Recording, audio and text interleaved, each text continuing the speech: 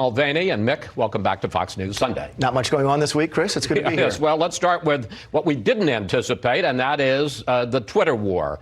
President Trump attacked Democratic Congressman Elijah Cummings on Saturday, saying that his district in the Baltimore area of Maryland is worse conditions, more dangerous than along the southern border. I want to put up the president's statements. His district is considered the worst in the USA. Cummings district is disgusting, rat and rodent-infested mess. No human being would want to live there. In fact, median household income in Cummings district is in the upper half nationally, and Columbia, Maryland, which is part of Cummings district, has been called the safest city in America. So what is the president talking about? And I think Maryland is, on a per capita basis or per household basis, the richest state in America. Yet you still see pictures on the internet of complete poverty in Baltimore, Maryland. What this is about, though, is the president fighting back against what he saw as being illegitimate attacks about the border in the hearing this week. If you go online, you can see the questioning that Elijah Cummings did of Kevin McAleenan regarding the conditions at the border. Mr. Cummings saying that children were sleeping or sitting in their own feces. That's just that's not right. It's not accurate. Borne by the fact, by the way, that Mr. Cummings has not been to the border in recent memory, certainly not during this administration. And when the president hears lies like that, he is going to fight back. And that's what you saw in those tweets. This goes back to what happened with the four members of the squad. Nobody objects to the president defending his border policies, but this seems, Mick, to be the worst kind of racial stereotype. Let me finish. Yeah. Racial stereotyping. Black congressman, majority black district.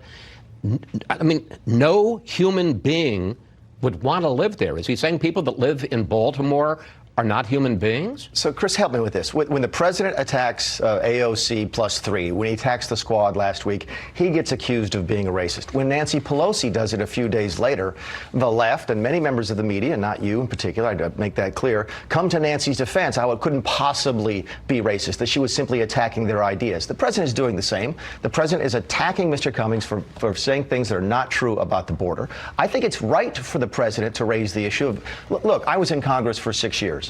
If I had poverty in my district like they have in Baltimore, if I had crime in my district like they have in Chicago, if I had homelessness in my district like they have in San Francisco, and I spent all of my time in Washington, D.C.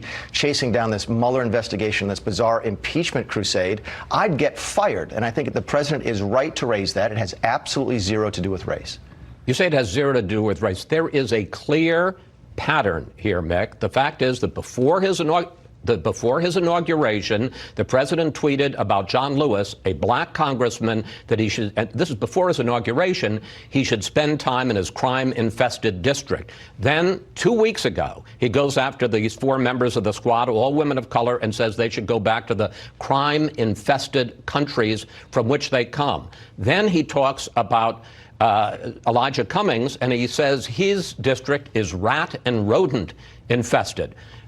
Infested. It sounds like vermin. It sounds subhuman. And these are all six members of Congress who are people of color. I think you're spending way too much time reading between the lines. I'm not reading between the lines. I'm reading the lines. Does anyone watching this program dispute the fact that, or the possibility that if Adam Schiff had said the same thing about the border, that the president would be attacking Adam Schiff in the exact same way today? And I don't think he'd be talking about his crime-infested, rodent-infested district. He very well could. It has zero to do with the fact that Adam is Jewish, and everything to do with it. Adam would just be wrong if he were saying that. This is what the president does. He fights, and he's not wrong to do so. And you're completely comfortable with him saying that this is a rodent-infested district and no human being would want to live there. You're comfortable with that personally? Have you seen some of the pictures on the internet just this morning from the conditions in Baltimore, Maryland? Have you seen them? You could do that in any inner city in America. You absolutely could. And you could argue, why doesn't the president do something to stop it? The richest state in the nation, has abject poverty like that. A state, by the way, dominated for generations by Democrats.